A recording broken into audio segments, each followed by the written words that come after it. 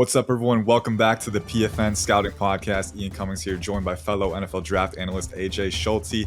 A quick personnel announcement. Dalton Miller will no longer be doing the podcast here, left to explore individual independent ventures, and then also recently became a father, as you know, so spending more time on that. Want to give a quick tribute to Dalton because, I mean, you all know, one of the most passionate guys on the scouting market.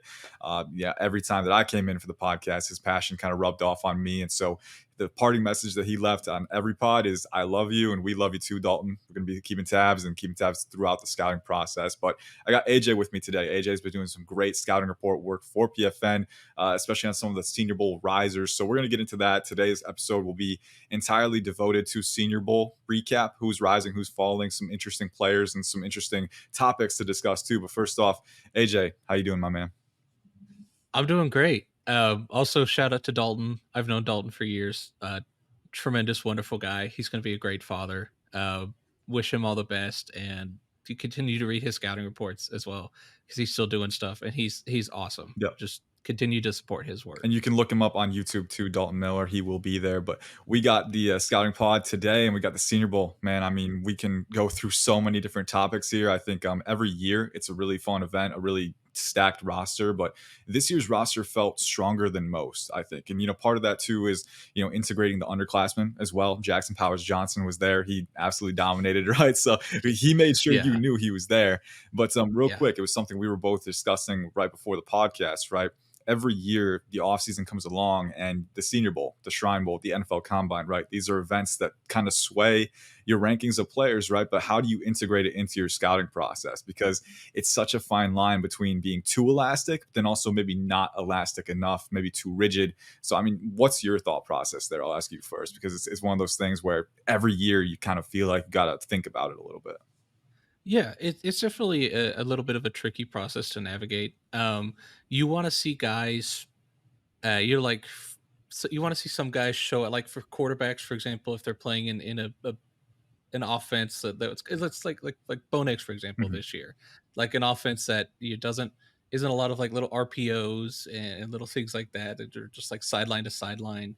You want to see them in different environments and how they get exposed, or like how a guy handles the offseason in terms of like putting in like weight training, like Zach Frazier. There's a great story that Dane Brugler is sharing about how he broke his leg 2 months ago, and Frazier's like already running on a treadmill now. Like that kind of how they attack and handle the offseason, I think is certainly an important part of the process. But in terms of like sparsing out Mobile, I think it's a good opportunity for a lot of like the lower competition guys to show out, and guys to show different things than on film. I still think film is like what you do during the season, I think, is what matters most. But it's definitely a positive sign if you go into these events and you're already another step ahead, or you look like a different player, which I think speaks to your NFL upside. If like I think of Creed Humphrey, who you look at his scouting reports coming out, and it was like he just doesn't really. He's like an average athlete, and then he goes in through the off season. You're like, oh, okay, Creed Humphrey's like, this is really good, and then he goes in and just like gets like a 10 RAS in the, and you're like, oh, okay, never mind. Creed Humphrey, like, this is really good. Like, you want to see that kind of progression from players, but I still think what you do during the season is what matters most, which is why you don't want to overcorrect too much to like the Senior Bowl and things like that. But it is still a fantastic showing for anybody who goes. Yeah, I feel like every cycle for me, it's like, you've got different sliders and different weights they put on different things. And it's like, how do I adjust this? What specific weight do I need to put on the Senior Bowl? But like you said, there's a lot of different things to take away from it. Obviously, the pure, production and performance that you see from guys who stand out, it's notable, but also the preparation that goes into kind of manifesting that result is also very important. And then, for NFL teams specifically, this is where, we as media scouts, right, like we do our best to give you, an accurate take of what we think is happening on the film, right? But there's only so much we can see from our external perspective too. So the NFL teams looking at guys, how they interact with their teammates, how they, go about their practice, right? Are they focused? Are they kind of tuned in? And are they kind of retaining the teaching points that you give them too? So, and kind of applying that from a day on day perspective. So, all of those things, man, it's fun because I do feel like the impact, it's very heavy, but at the same time, as a film analyst too, you want to make sure, like you said, the film stays paramount. So with that said, let's get into the Senior Bowl. Let's get into some of the standouts. I know PFN. Let's start with our PFN Players of the Week, offensive and defensive. Offensive, it wasn't really a contest. Jackson Powers Johnson came in and he just dominated straight up. Man, he was fun, especially in one on Yeah, ones. But I think team drills too, communicating very well, playing some guard as well. And then on defense, Quinyon Mitchell from Toledo was very good as well. I think what the one thing that I wanted to see from him this week was playing press man, because at Toledo, a lot of off coverage, a lot of, kind of looming over those route breaks, planning and driving and making plays on the ball, which is what he excels at. But this week in particular, I think he showed some real promise playing press man. A few times where the leverage IQ at the line, maybe opening the door a little bit too early for those guys, unhinging a little bit too early, can still improve with that. But the willing physicality is there. The short area twitch and foot speed is there, and the ball skills to play through the catch point as well. So two yeah, guys who really excelled. What did you see from those guys at the Senior Bowl? yeah. Let's start. Let's start with Quinyon Mitchell. Mhm, I think he was one of the first guys. When I first started back at PFN, I was writing a lot of those like Mac pieces and things like that. So like back in October, he was a big standout for me. It's just like, oh, okay, Quinyon Mitchell's guy, and I actually thought that he projected to play man pretty well. Um, and for me, like he was such an easy eval because I think you look at the zone chops and the off man, which is a lot of what you'll see in the NFL, right? Like press isn't uh isn't a huge snaps of the reps. Like you want to see the ability to play different kinds of zones and how he handles himself in off man. Then he goes into Mobile and you're just like, holy mhm. crap, man! Like he was just phenomenal. I really think you could not have a better performance overall than Quinyon Mitchell. I think it was one of the best defensive performances I've seen from a DB in Mobile, and this is my 10th draft. Like I think he stood out in every regard, and like you said, the ball skills are tremendous. I think the zone awareness and his IQ. Another thing that really stood out to me was a lot of people raved about like his character and like leadership and coachability Mhm. as well. Like he understood and he rose to the occasion. Like you have to admire the competitive toughness to go in, and he's matching up with guys from Georgia. He's matching up from guys from Florida State, like big, a lot bigger schools than the guys he was playing at Toledo, which was kind of a concern. You wanted to see how he did against better competition, and he crushed it. Absolutely knocked it out of the park. And then you flip over to Jackson Powers Johnson. I mean, oh my gosh. Well, what more can you say about how good he was, right? You I mean, can't. There's you nothing. go you go in at center. This was his first year at center. We at PFN, I think you identified him very early in the process. It's like, hey, this is a dude. Like this guy is awesome. And then he comes in at center. This is his first full time at center, and he's awesome on film, phenomenal. And then he crushes it at both guard spots. Like, what more could you really ask for the guy? Like positional value aside, he's like a top 10, top 15 player in this class.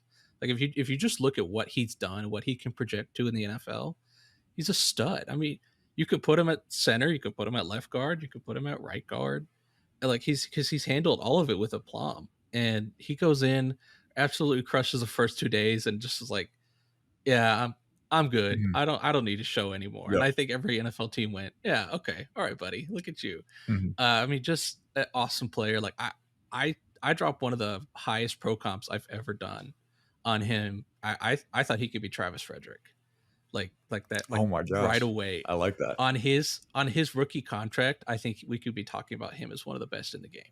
Well, I think, yeah, Um, I mean, what he's shown, he's 21 years old. That's the important part to get in here. Like, yeah, like you said, I mean, this was his first year that he was draft eligible, right? Like, I knew he was a dude early on, but then he comes to the Senior Bowl, and with younger players, it's like, do they have the soft skills, the refinement? What does that look like? And he's anchoring very well. He's very well aligned with his base and his pads, right? And then, there was that rep against Michael Hall Jr., where Hall tried to get him on the outside, right, with his lateral agility, and Powers Johnson is matching him stride for stride, showing that athleticism at 330 pounds nonetheless. And then yeah, still, yeah, yeah, staying synergetic with his base, combative hand usage, keeping him within his frame. I mean, what more does this guy have to show you, right? I agree with you completely. yeah. Top 20, 15 guy. Probably, I think he's 18th on my updated top 50. So he's in that range. He's definitely up there as a prospect. Yeah, and the crazy part is like he's still going to get better. Just as like as he gets more comfortable. either at any set position, right? The more comfort you get, the more exposed you get to that position, you just naturally get more comfortable. And like you brought up the athleticism at 330, 335. Mhm. I thought there was no way. He was like going to be coming in at 310, right? Or 315. Then he comes in at 330, 335, somewhere in that range. And there's no way this kid is moving like that at 335. Just a tremendous athlete. Like the technical refinement skills, like you also brought up, for a guy in his first like real full year, is tremendous. You can't speak enough about the Oregon coaching staff. I think they did a phenomenal job with him, but also like his dedication to his craft. I think that stands out a lot. And I mean, what more do you want? He's the complete package at center.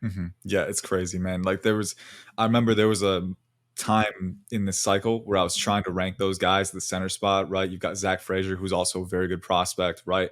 And for a little bit, Powers Johnson was pretty close with him, but now I think the more I go back and reevaluate and kind of look at my valuations, like maybe there is a bit of a gap here, right? And that's not a slight to Frazier. He's a very good prospect too, but Jackson Powers Johnson, just the complete package so early on in his career. Like this is a guy you put him at center, and for a decade plus, he's going to lock down your position. You don't have to worry about Yeah, it. I feel really good about that, and especially I think with positional value too, right?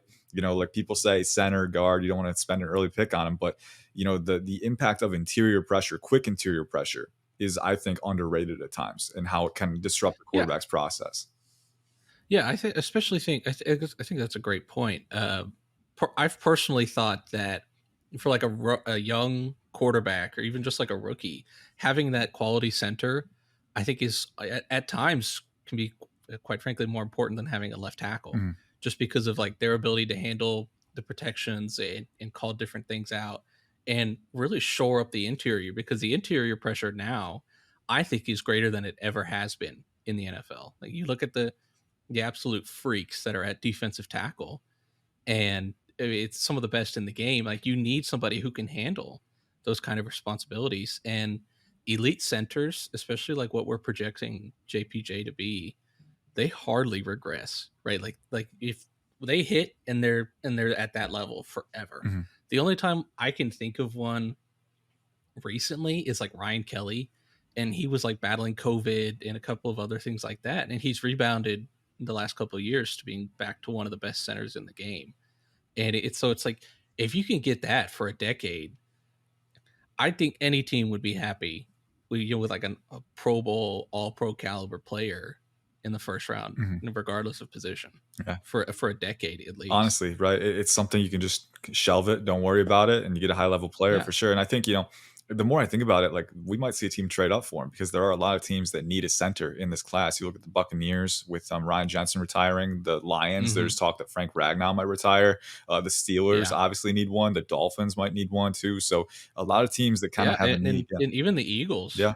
with Jason Kelsey's rumors retiring, the Eagles have always been aggressive getting O-line talent. So like that's a possibility as well. Mhm. They have a lot of comp picks this year. Yeah, so they have the ammunition to do it for sure. I Mhm. love those two guys definitely set themselves apart, and I think it's really fun to look at that because Quinyon Mitchell, right? Kind of different scenarios. You got a guy from Toledo who has been productive, right, but kind of came in and didn't miss a beat against some really really impressive competition, and then on the flip side, JPJ, a guy who's so early in his development and already that stud. It's so fun to think about what they can become at the next level, but we're going to Yeah. get into our risers soon here, but first off, I feel like we also have to go over the quarterback group. I feel like that's kind of what draws a lot of the eyes throughout the Senior Bowl week, and this group in particular was pretty intriguing. You had Michael Penix Jr. and Bo Nix at the top of it for sure. Michael Pratt was a guy that a lot of people liked as a sleeper from Tulane. Spencer Rattler was the Senior Bowl MVP and one of the top guys throughout the week. I thought. I mean, this group was really intriguing to me. So I want to get your thoughts on this QB group and what you saw from Yeah. them. I think the results from the top guys were kind of mixed a little bit, but Rattler did a lot of good things for himself. I think Pratt did some good things for himself too. Carter Bradley also has the arm Yeah. that kind of pops a little bit. You didn't, that was kind of impressive too. But first off, Yeah. for you, top takeaways for the QBs.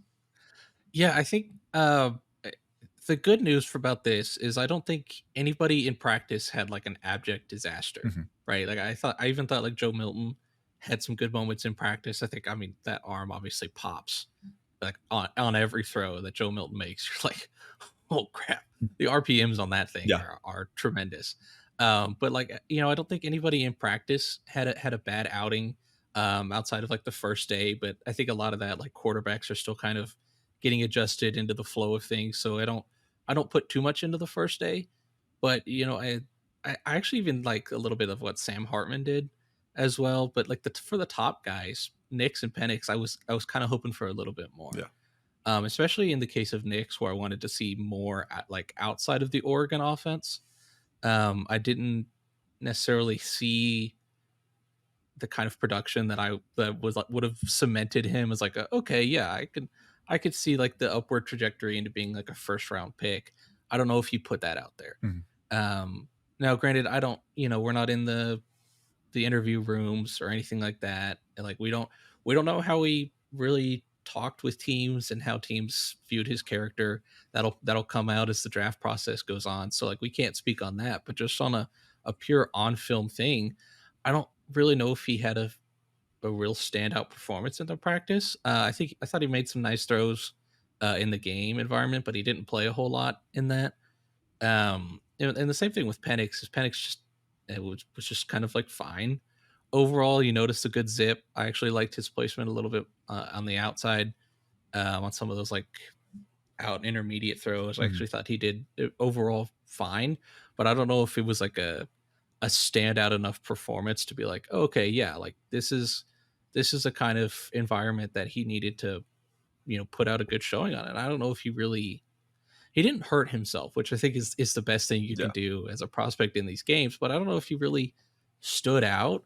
I think Carter Bradley put himself on the draftable radars. I think that's probably the biggest takeaway. Is Carter Bradley was like, he's Gus Bradley's son. He's this and that. Mhm. Like it is a little bit weird because it's like coach's son. How good is he really? But that arm talent, it pops. It's like I think if you're a team that is just like, why not? We're in the seventh round here. Like, just take a flyer. I think he put himself up there. A lot of people talk about his intangibles at the position, and then you combine that with the arm talent, and that's usually enough to put you on the radars. And I think he had a good showing out in Mobile. Um, Rattler and Pratt, I think, were the two biggest like Yeah. winners of all the like you talked about earlier. Rattler, it was nice to see outside of South Carolina Mhm. because every time you would watch Rattler drop back, it felt like he was getting pressured Yeah. at South Carolina. And the offense did not ask Rattler to do a whole lot. And so it was nice to see him make better progressions and be a little bit more cleaner now that his process wasn't getting rushed like right away. There wasn't somebody in his lap within 2 seconds. I really, and he had that comfort with Xavier Leggett that stood out, but also to other guys. I think he did a tremendous job. I don't know if he should have been the outright Senior Bowl MVP Mhm. because I don't think he played all of that, but I get why like coming out he's viewed as like, yeah, this is a great performance by him because I think he did a good job. Pratt the same way. Pratt, he came in a little bit smaller than I would have liked. I think the hand size gets a little bit overblown, but Mhm. right at 9, I think it's going to be a tough sell to a lot of some scouts in Yeah. the There's NFL. I definitely think a prototype they look for sometimes. yeah, and I think that's going to hurt him a little bit. But I think you look at his ability to throw with touch. I think that stood out a lot. The intangibles. A lot of people raved about how he conducted himself in practice, especially the ability to hit the intermediate stuff. I thought Pratt coming in was the best quarterback in this group that could do that, and he showed it at a nice touch on the deep ball. Not the most physically gifted guy, right? I think you look at this group, and that's Rattler and Joe Milton, but I think Pratt showed out how to good everything that he could do was on display, and I think that was a great outing for him as well. So I kind of think those two were your biggest winners. Hartman was there. Yeah. I think That's he was fine. I think he was fine on the second day, but the game performance is like really tough to overlook. Mhm. It is kind of funny to me that he didn't play in the bowl game and then played like all of the Senior Bowl game, which is just like, okay, man, like what? Yeah, it's Sure, quite a swing for sure. It's like, yeah. yeah. Yeah, it's I think him, he'll be a good leader. I think he'll be a good addition to a locker room, like as a QB3, right? I probably wouldn't spend capital on him, but get him in the PFA pool, like that's solid. He's a guy who's gone through adversity. He's come out the other end, and he'll be a Mhm. solid depth guy for you. But I think Yeah. you talk about the physical talent, right? Juxtaposed with guys like Rattler and Milton and Penix and even Nix and Bradley, right? It was very clear that Hardman just didn't have the RPMs to, drive those intermediate throws sometimes. He was kind of grounding some of them in practice. And then, during the game, I feel like a lot of times because he doesn't have the arm, sometimes he'll kind of try and force things and that'll create, risks, but then at the same time, just not seeing defenders sometimes. So, not the elite operational performance that you would need to Yeah. counteract middling tools to say it Yeah. simply. Yeah, and I liked his, on film, I liked his ability to kind of like navigate the pocket Mhm. a little bit. There were some good moments of that, and I agree. I think you talk about him as like a good piece to like your locker room. I think that, but just like the physical tools, I don't know if there's an NFL quarterback like full time starter in there, but Mhm. yeah, we're talking about a QB3. Yeah, absolutely. I think teams will be fine with that as like a PFA. Yeah, for sure. Nix and Penix and Rattler, I mean, those guys probably are the highest rated guys coming in and coming out. It's going to be interesting. Michael Pratt, I think, did a lot of good things for himself. He's one that I'm kind of circling. We know Aiden O'Connell went in round 4, early in round 4 last year. I could see teams look at him as kind of that guy who, like, hey, let's prioritize a guy we know can be a pretty good spot starter right out of the gate. If we need him to start extended games, he can do it, right? I think you did see the physical talent isn't quite at that level of the top guys, but the anticipation, the ability to layer and throw a touch is definitely there. And I everything that I saw, he's out there kind of guiding wide receivers through it. A lot of moving parts, right? And if you're the quarterback, Hmm. just by design, you're going to be the confluence of those moving parts, right? So the first day, the second day, we saw that Nix was kind of struggling to get comfortable, and it's like it's okay. We're going to give you the benefit of the doubt because there is a lot of change going on right now. But like you said, Michael Pratt took it in stride and really kind of proved that, hey, a changing environment is not a scary thing for me. And I think that in and of itself too is going to be things that I think that NFL teams will look at and say that's valuable, right? So that even Yeah. beyond the ability to play on the field and operate as an NFL quarterback, really did good things for him. But I agree about Knicks and Penix. I think I've liked Knicks, right? I don't see the top 15 hype that we're getting. Like, I know the Broncos have been a popular fit for him. And like, I do think Sean Payton's offense would do good things with him. But, again, the big question for me was, can he expand beyond the Oregon offense, right? That was the biggest question for me. We know he's a very smooth athlete. He's got great change of direction, great creative capacity, right?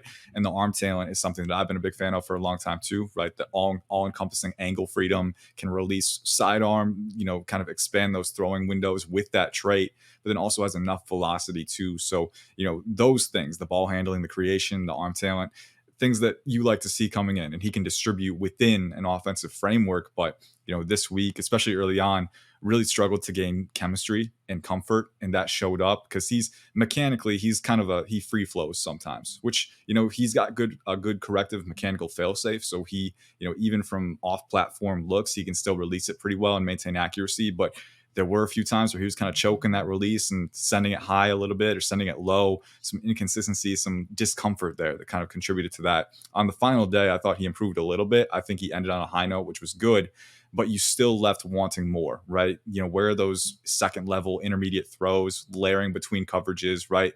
Where are those multi progression looks? You still don't see a ton of that with Knicks, and that is concerning to me. As much as I love the creation ability, the arm talent, and the production, right? He's proven that he can field a successful offense, but you wonder how many guardrails you have to put up for him at the next level, and that's going to be a Yeah. question. Yeah, I also think Nick's will be 24 Yeah. in like 2 weeks. I think his birthday is in late February. Mhm. So you really wanted to see that because I kind of think he's a little bit maxed out. Like at this point, I think the Knicks that you're getting right now is the Knicks you're going to get, and I think teams wanted to be like, okay, he's in Mobile, first round pick. I got to see like what he can do Yeah. outside of, Oregon. Oregon took away a lot of his processing. They kind of took the onus off of him a little bit. And how can he handle that? Because to be a first round pick, like you've got to prove that you can be a quarterback that a team can win because of. Mhm. And I don't know if Nick's necessarily like adjusted well and proved that. Again, we don't know his character and how teams respond, like how he did in the on the whiteboard, quote unquote, and like things like that. But just as an overall performance, I think I don't know if Nick's really had enough where I could be like, yeah, okay, you know what, I think I'll put him in the first round, Yeah, of, and, a mock draft that or anything like that's a that. great point. This was an opportunity for him to kind of vault himself into the first round officially, because I feel like the entire cycle across the media, if you were to compile every single ranking, he'd probably be somewhere at like 30 to 35, right? Like on the fringe, but we don't know if we're confident enough to say he is a first round caliber quarterback, right? This is a great opportunity Mhm. for him to prove that, like say definitively, yes, I am, and he didn't take it, right? And so you kind of Yeah. wonder, is that a premonition of things to come for him? So it'll be something to watch, right? I think NFL teams' opinions are going to be across the board. And like you said, interviews play a big part of that. Speaking of interviews, real quick, whiteboard, I know Michael Penix Jr. Did you see that video where he was talking Yeah. about a cover six beater? That was pretty impressive going through his thought Yeah, process the there. slot cross Yeah. thing. Yeah, I thought it was kind of funny that he was like, "Ah, I don't really wanna get into it," and Yeah. then And then he was gets like, into it. "Never mind, I'm just gonna get into it." Like, I think it just kinda shows you the kind of dude that Michael Penix is, Mhm. and I thought at times, I think he showed a little bit more, like, with his guard down. That whole Washington team was very easy to root for, and Mhm. Michael Penix's story is tremendous, and I think he really kind of relished the opportunity of just being there, just considering where he was even 2 years ago, leaving Indiana. You're like, you have no idea what, and now he's viewed as like he's going to be one of the first few quarterbacks drafted this year. Mhm. Tremendous guy, tremendous leader. I think a lot of people that I've spoken to talked about his leadership and like his comfort and character in the interviews in Mobile. Yeah, and that's one of the most important things too, right? Getting kind of a firsthand look at those guys and what they provide within that lens, because you draft these guys, probably going to draft Michael Penix. The injuries are going to be the biggest variable for him. That's the thing, right? Like we can't really say anything definitive until we see how he is cleared at the NFL Combine, right? But looking at how he plays on the field, yeah, there's some volatility with the accuracy. Yeah, he's a little stiff in the hips, so that kind of limits his creation at times. When he's getting out on the run, right, vertically, like straight line, he's got some mobility to him. But you do wonder what the upside is there, but the arm talent, the arm Yeah, strength is there, the ability to the drive velocity on those corner pocket throws, right? It's so fun to watch him throw those. Those are my yeah, favorite. yeah, yeah. I really think Penix is a tremendously gifted thrower. Yeah. I think a lot of people get thrown off a little bit by the lefty, Yeah. but I think of that throw against Texas where like in the NFL, with if he's playing some elite safeties, it might have gotten tipped or might have, but he diced up Texas, Mhm. right? I think that was but is that touchdown middle of the field, kind of an inbreaker, and he beats the safety right in Yeah. between that, like just like the arm velocity just popped right on through that. Mhm. You're going, whoa, hello, alrighty, man. Like I think Penix, as the season went on, I think it looked like Penix got hurt. Mhm. Like he was definitely clearly battling something, and by the end of the Michigan game, he was just. I mean, he left it all out on the field. Yeah. I think you looked in those interviews. He was limping off the field. He's kind of carrying his arm awkwardly. Like, so there are going to be the medical concerns, but just from an intangible perspective, from an arm talent perspective, from I even think his ability as an outside thrower. Mhm. Uh, I think he has. Ideally, I think you probably want him to be like a competitive backup, kind of like a Terod Taylor type. Mhm. But I do think that he can be a effective starter. I don't know if he's going to be necessarily like an all world beater. Like, yeah, this guy's an elite NFL quarterback. If he falls to the second because of medicals, like Mhm. it's a slam dunk. But I definitely think there's a world where Michael Penix can be successful and productive in the NFL as long as he, stays healthy, which is going to be the key part for him. Yeah, for sure. I think the biggest thing staying healthy, and then just the little areas of volatility in his game, right? Chipping away at those, because I think there is NFL starter upside there. I think, if he stays healthy and chips away at those, you have a guy that you can maybe win with if you kind of invest in him year over year. It's just the medicals are so volatile. And like you said, like I remember that first Oregon game too. At the end of that, he was really hurting. You could tell, and he was fighting through it. And that's great. You love to see that grit and that toughness. But if a guy's battling injuries every single week, how does that affect his play? And then how does that kind of accrue, week over week? And, maybe it gets harder and harder for him to Yeah, play at a high level. especially over a 17 game Yeah, season. 17 Like against that's NFL gonna, yeah, defenders. Yeah, it's a risk. It yeah. really is for sure. And so it's going to be interesting to see how NFL teams value that. We got around 15 minutes left. So real quick, I want to talk Wow. about, I know we talk a lot, man. I mean, that's something that I told Dalton all the time. Like, man, we talk so much. It's fine though. It's fine. Yeah. It's the subject matter. Real quick, let's go on. Let's hit Spencer Rattler because I know you're a big Oklahoma guy. You remember his time at Oklahoma.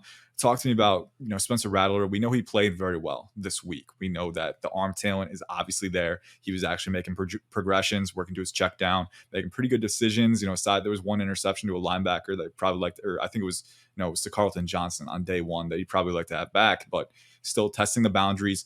Talk to me about off the field, right? How big was this for him? Being a leader, kind of proving that he could do that too, because obviously it's been well documented his journey from Oklahoma to South Carolina to now. And but there's a sense that if he wins over NFL teams off the field in the locker room and proves that he can be that leader, he might be rising up the board a lot higher than people expect, right? Because talent wise, there isn't anything to preclude him from that early day two range. Talk to me about how big this was for him to kind of show that. Yeah, the Oklahoma, I mean, it's very well documented, the kind of, his high school troubles Mhm. and things like that. But I think the idea of college is to always Yeah. grow, right? Like you grow as a person throughout that, and you listen to South Carolina people and his teammates, they rave about Spencer Rattler. Like it wasn't when he left, there wasn't a lot of like drama, like especially like when he left Oklahoma, there was a lot of that, Mhm. right? It was granted, with like the Caleb Williams situation and all of that happening, like it was just it was a very disappointing ending, I think, for Rattler at Oklahoma. Yeah. But I think he's responded. I think responding is the key part. How do you respond to getting beat down like that? Like basically, which was the case. He gets benched. Team, they're calling for his backup. The fans are chanting for his backup. Like that's psychologically damaging Yeah. for anybody, and especially he's 19, 20 years old at that time. He goes to South Carolina, and you start to really see that growth and maturity pop out. And I think I think a lot of guys liked his leadership in Mobile. A lot of he comes in and just really owns the center stage right from the get go. You're from day one. We are like, okay, yeah, Spencer Rattler, like he's showing it. Like this is his moment, and he's taking it with both hands and running. Um, I really I'm glad for Spencer Rattler that like he's kind of rebounded from such a low point, which I think will endear himself to a lot of NFL teams Mhm. because it's how you respond to adversity, which is the key part. And now that he's a little bit older, a little bit more mature, I think I would be interested to see how like if teams ask about that and his thought process and everything. But I think it's I feel a sense of pride Mhm. for Spencer Rattler, honestly. Like I think it's really awesome that he has kind of rebounded, and now we're starting to see the kind of player that he can become at the next level. And I think I think it's a tremendous opportunity for him. Yeah, I agree. I'm gonna put you on the spot here a little bit, and don't worry, I'm gonna give my opinion on this too, so I'm not leaving you out to dry. But Okay.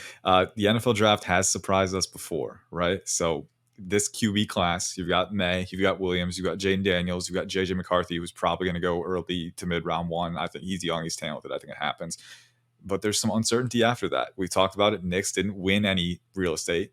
Michael Penix has medical concerns.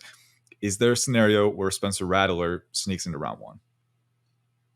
Oh, okay. I actually sneaks into is a tricky question. Yeah. If there is a team that would do it, I think you would look at Detroit. Mhm. Just because it's like you don't know, like like Goff's contract is he's getting ready to have that extension. Um, I would be a little bit interested to see like Tampa if they'd be interested, or even like Dallas, Mhm. right? Dallas is either have to figure out something with Dak's contract here soon, and they tried to trade for Trey Lance to give like an upside, but you Mhm. don't really know what Trey Lance is at this point. Yeah. I think it would be interesting Mhm. to see. I know for a fact that there are some scouts that had put Rattler ahead of Penix, even as far back as November, Mhm. right? Like we were hearing Rattler had pretty high grades, and you look, he doesn't have the medical history that Penix does, and I think he's got a better arm and better physical tools. Like I think he can be drafted over Penix. Nix will be a little bit interesting to see. Mhm. Um, round one, I don't know, but I think when you look at teams like quarterback study, Mhm. and if like quarterbacks that have the tools you win because of don't go past round one more and more. Like it doesn't happen. Yeah. So I think there's a possibility that Mhm. he could, if he continues this rise. I would be a little bit surprised, but I could talk. I think I could talk myself into it. Yeah. Like at some point, just I think especially if you get him in a team, like hypothetically, if the Rams traded back, Yeah. right? If they're like, hey, we want to get some more capital, and somebody trade like we talked about earlier, somebody trades up for say like Jackson Powers Johnson, Mhm. right? You get a little bit more capital, and now you're sitting here going, why not? Stafford's getting up there. We think Rattler could run this offense. Why not? Mhm. You know, it's the same argument for like JJ McCarthy at 19. Yeah. It's just now you have more capital behind it, and you're going, why not? Mhm. He's got the arm talent to pull it off, and the leadership skills that we like. So I could see myself. I could see it happening for sure. Yeah, I'm in the same boat. I think, as an NFL draft analyst, you kind of have to. There has to be a sense of, what is possible. Being outcome independent, I think, is really important. And when you kind of look at, hey, the range of outcomes, is it in there? I think it is for sure. I think, and you mentioned it too. When you don't view him as a day one starter and more as a guy that you can shelve for the future, right? I think the number of suitors increases too, because there are a lot of uncertain long term QB situations out there. There are a lot of teams that are like, we have enough. We don't need to worry about it right now. But if you're looking at Rattler as a guy who can legitimately be a quality starter 2 to 3 to 4 years down the road, maybe let's get this guy in house and develop him Yeah, behind the scenes. I can see a lot of teams that would maybe go for that. And hey, the importance of the QB position, that's something you may be willing to spend a premium on. So it's going to be yeah, super exciting to see what happens. and especially with the success that the Packers had or like have had with their model of like sitting a guy. But I think now you look at Jordan Love, right? Kind of a similar Mhm. prospect to Spencer Rattler coming out of Utah State a few years ago. He sat for a few years, and now we're like, oh, hello, Jordan Love. Yeah. Like he came out, had a phenomenal year this year as a full time starter. I, I I really wonder if teams start to invest more in that model of hey, we have an older quarterback instead of trying to like tread water for as long as we can. Let's just kind of embrace like, hey, we have to have that next guy behind you. We're going to sit him and let him learn and adjust in this offense and see what he can give in a year or two or however long until we have to pass the torch. Mhm. Yeah, it's gonna be fun. This QB class more than most feels really unpredictable from the very top. Who goes number one, right? I still think Drake May has a viable argument with Caleb Williams. I think Jaden Daniels, his elite creation capacity is really gonna win over teams, and then what happens behind them too. There's a lot of options on the table, so I'm very excited to see what happens. And for the next few months, Yeah, we have some time, some leeway to kind of talk about it and kind of just imagine, right? So it's fun. But we yeah, have. Well, I'm looking at the clock now. 7 minutes. So let's go through some other risers from the Senior Bowl. A lot of names that popped out to me. We'll try and go a little bit more rapid fire here, but some guys that stood out to me. I think Darius and you can give some too. I know you recently scouted out Austin Booker. Big fan. The tools are there. But Darius Robinson, Missouri, is a guy that I really liked coming in. I think, I look at Danico Autry as a high end comp for him, coming in at hmm 6'5, 286 with 35-inch arms. And he's out here winning with quick swims, kind of bending around those blocks, using that link to decouple. Just love the power element, but then the finesse too that he's shown, playing defensive tackle and then kind of coming outside to 7 and 9 sack in 2023. A lot of versatility, and he showed it. He was very fun. There's a few others. I know Tyler Guyton excelled a lot. I think he was already probably a first round guy, but now you're looking at him maybe rising into the top half of round one. I think, the athleticism, the flexibility that he showed for his size, very impressive. Trying to think about the guys. Roman Wilson had a great week. He kind of yeah, he was uncoverable. I mean, that's the only way you can say it. The speed and bend kind of reminds me of a Chris Olave light within that mold. The way that Olave was able to bend yeah. around on his as a route runner, right? So efficient, right? But then also the speed hmm to sustain separation out of those breaks. So he was a fun one too. Theo Johnson from Penn State played really well for that hmm national team. I'm just trying to rack my brain here, but there was so many good. Christian Haynes on the interior for UConn. Yeah. That dude eats nails for breakfast, but then he's also, on film, explosive, very good as a space blocker, very physical as a finisher. But then in the Senior Bowl, you look at him anchoring, kind of setting a strong base. His hands are placed very well. He's latching very quickly, got great grip strength too.